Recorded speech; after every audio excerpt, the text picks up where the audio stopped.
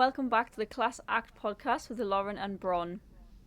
This week is a kind of US special, so we'd initially planned to have a little natter about the newly elected or newly re-elected president, but all that slow counting's put a bit of a spanner at that one. Yeah, so now America's facing riots and men armed in the street. So my opinion on the whole issue is that I think we need to send in the Mackhams and the Geordies, who are the fastest vote counters in the world, to go and get it sorted, I think. Yeah, we need to make ourselves useful somehow. But Trump, he Yes. wasn't going to go out gracefully, was he? No, he never was, and now it's just a really ugly, legal, violent mess.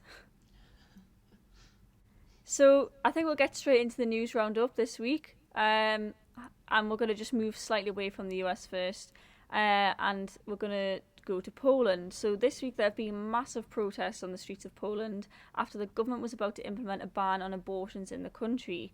However, because of the sheer number of protesters in the streets, you literally, in the picture, you cannot move because of how packed the streets are. Leaders are now delaying the implementing of the abortion ban, and it remains to be seen what is going to happen next. And over in Russia, an oligarch nicknamed the Sausage King has been murdered in a sauna by two men demanding cash. And for some reason, when I first heard of the Sausage King, I thought he was like the Russian Paul Hollywood. And the sausage bit was about, the meat version of the Great British Bake Off. Um, but it's actually in reference to his ownership of sausage factories. So, did you also know that, Lauren, or were you like me? No problem. I thought it was a bit of an innuendo or something, to be honest, especially when it came to, the Great British Bake Off, since they're usually filled with them. So it could well have been part of Bake Off, I think. That is very true. Yes, and so now we'll move on to the biggest story this week, which is in the US with its ridiculously complicated and complex US election. And I'm going to try and explain a little bit about that. So just bear with, and you might actually learn something you didn't know before. So basically, because of this way the election was voted in by the American people, the results have come in a little bit skew with. Republicans, who are Trump's lot, typically vote in person, and the Democrats, who are Biden's lot, typically vote by post. So due to COVID, there was a huge number of postal notes, more than they've ever had in the States before, which have been processed after the in-person polling day votes. So this has meant there's sort of been a bit of a lag between the results for Trump and the results for Biden, and it's why there's been a bit of a swing between them in many states in terms of who's in the lead, and who's catching up.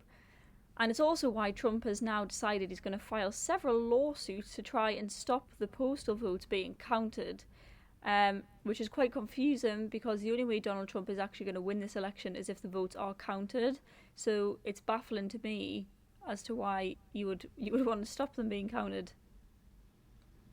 And so if you're also wondering why Biden hasn't won, because last night he also broke the all-time record for the largest number of votes for a candidate in any US presidential election, it's because of this little thing called the Electoral College.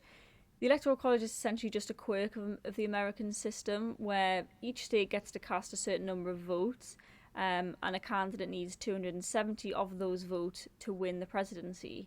So it makes certain states key battlegrounds because they can become the difference in the numbers between winning and losing. And that's why last night there was so much pressure on the likes of Arizona, and the night before there was so much pressure on Florida and its 29 votes, which all went to Trump. If Trump hadn't secured Florida on the night the polls closed, then a Biden victory would have been much more clear cut. Now, moving on from this crazily scary result and what is actually going on in America, I believe you've got some really important news on voting stats, don't you, Bronwen? Yes, I do, Lauren. So I think we've spent so much time talking about Donald Trump and Joe Biden that we've completely forgotten about a third major player who could easily swoop in and take the presidency with his staggering 60,000 votes, and that is Kanye West. So at the time of recording, he's only a mere 68 million votes behind Donald Trump. So really, it's still all to play for at this stage. So I think one morning we could possibly wake up to President Kanye West. And let's just say if that does happen, right? He gets the few extra votes that he needs. Yeah. What do you think Kanye's first move as president is going to be? Yeah, I mean, good question there, Bronwen. I feel like we'll definitely be looking at a massive distribution of resources and kind of quite a socialist way if Kanye became president. And I would definitely say it would be probably a distribution of the Yeezy resources. That's for sure. Yeah, I agree with you. Thank you. I'm glad to hear that, Bronwen. So now we'll move on from, unfortunately, the man who had the presidency stolen from him in real life. And we'll move on to our not so hot Twitter take of the week, which came from a little known user somewhere on the internet commentating on the election. So the tweet said, "Last night I was leading, often solidly, in many key states, in almost all instances Democrat run and controlled. Then, one by one, they started to magically disappear as surprise ballot dumps were counted. Very strange, and the pollsters got it completely and historically wrong." So it seems to me that the person and the user who tweeted this tweet, has absolutely no concept of how voting works in the USA and just basically everywhere. And the reason for the change in the votes is simply because they were counting all of the votes, and more Democrats vote by post, so they were counted last, and so the Democrats have caught up to the Republican, i.e. Donald Trump. So just a little side note, as I said, the user behind this tweet hasn't got a clue, and it may or may not surprise you that the actual user behind this tweet was at Real Donald Trump. It was actually the President of the United States who finds it very strange that when more votes were counted, there was a shift in the winner. He's a special breed, isn't he? That's one way of putting it. Yeah. Now, I'm not half as knowledgeable about American politics as what you are, so I'll let you deal with the heavy stuff. But what I do know, right, is that I'm very glad that we don't do the whole political party baseball hat thing in the UK. Because if you think about it, it's a bit tragic that a president has merchandise as if there's some sort of pop star like Justin Bieber or something. And the whole, like, seeing them all, like, in the crowds with the MAGA hats on got us thinking, can you imagine if in the UK someone was flogging baseball caps that had Boris Johnson quotes on?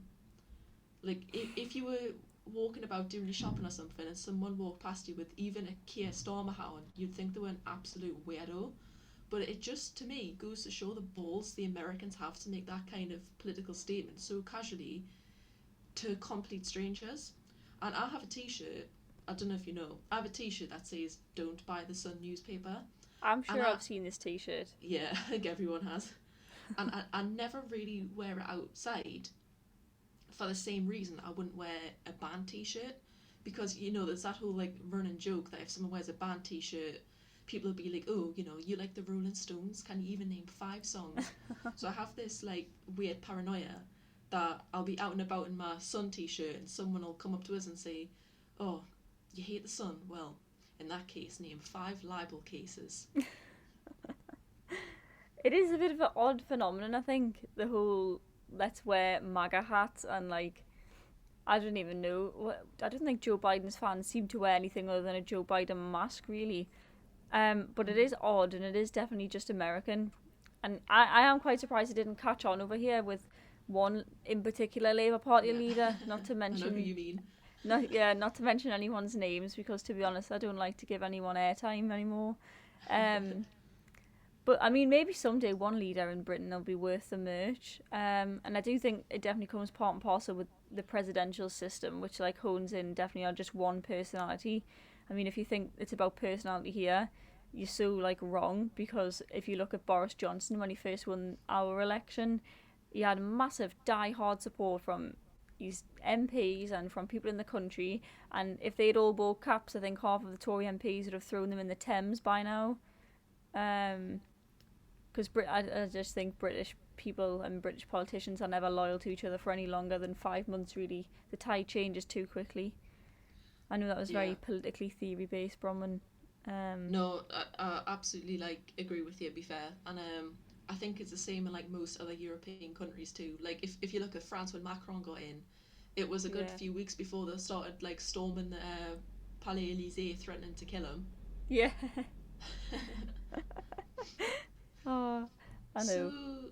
moving on to something, um, I don't even want to say less political because it kind of is, but we've got a new segment, okay, and it's called Clown Beef. And it Indeed might it sound a is. bit weird, but bear with us, right? So, the gist is we're going to find a story about clowns in conflict with people, and believe us, right, there's a lot of clown beef out there. So, I'll get into the inspiration behind the segment in a later episode because it is quite an interesting story, but we don't have the time for it now. So, today's clown beef takes place in Oregon, so sticking over there, as Senior Health Advisor Dr. Claire Pache from the Oregon Health Authority delivered a COVID update with a bit of a bizarre twist. So, at the beginning of the video, she takes a mask off to reveal that her face is fully painted in red and white clown makeup, like the classic kids' party clown look. So, she goes on to announce the new cases and says that there have been 3 new deaths, all while dressed as a clown, like the costume, the makeup, everything. I mean, it's bizarre, really. I really don't understand why people make such a big deal out of clowns in the first place. But also, in all honesty, Bronwen, I still don't get why on earth she was actually dressed as a clown to announce deaths. Yeah, so the explanation, like the given explanation as to why she was dressed like that was because on the same day they were recording a video about how to have a COVID safe Halloween with your family. But a lot of people suggested that she was perhaps making a statement about the metaphorical clown show that has been Trump's handling of the pandemic. That's like when Um, people say the Queen wore a hat that represents the EU. yeah, oh god, that's Yeah, give us a horrible flashback to whenever that was. I know. Um, yeah, but for me, like, I thought it was very chilling, like a very chilling video, and there was something about the kind of juxtaposition of the ridiculousness of the clown costume paired with the seriousness of the nature of the announcement that really chilled people. So, what do you think about it? Yeah, I mean, I agree. I think it is like creepy as hell. Like, I don't know why anyone in their right mind, especially I think there's also an argument to be made that she's like bang out of order, man. People Yeah, have died and she's like dressed as a clown announcing it. yeah, that is true. Doesn't make sense. But I think that's America for you, isn't it? All over. They really are just. It's one massive country of absolute fruitcakes. Yeah, I mean, I have to say, I can't say that I can picture it happening here. Like, if I don't know, Chris Chris Whitney Whitty. comes on. I mean, he already is enough of a Oh, clown. oh, bless him. I have a lot of sympathy for Chris Whitty, and I don't know why. I think it's just because he looks so stressed every time you see him. I think that's it. I think they can come on and like say anything now, but like everyone is just gonna like hate them. Yeah, I You know, know? and I know. It's. I do feel like that bloke, Chris Whitty, probably stands in the office and just screams at Boris Johnson all the time. I can imagine that. Oh, I don't know. Maybe. Maybe, but either way, this clown woman, she's a fruitcake, just like the president. They're all fruitcakes. So I think we'll wrap it up for this week, guys. And thank you all for listening. Yep. So we'll see you next time when Kanye West is the leader of the free world. We will indeed.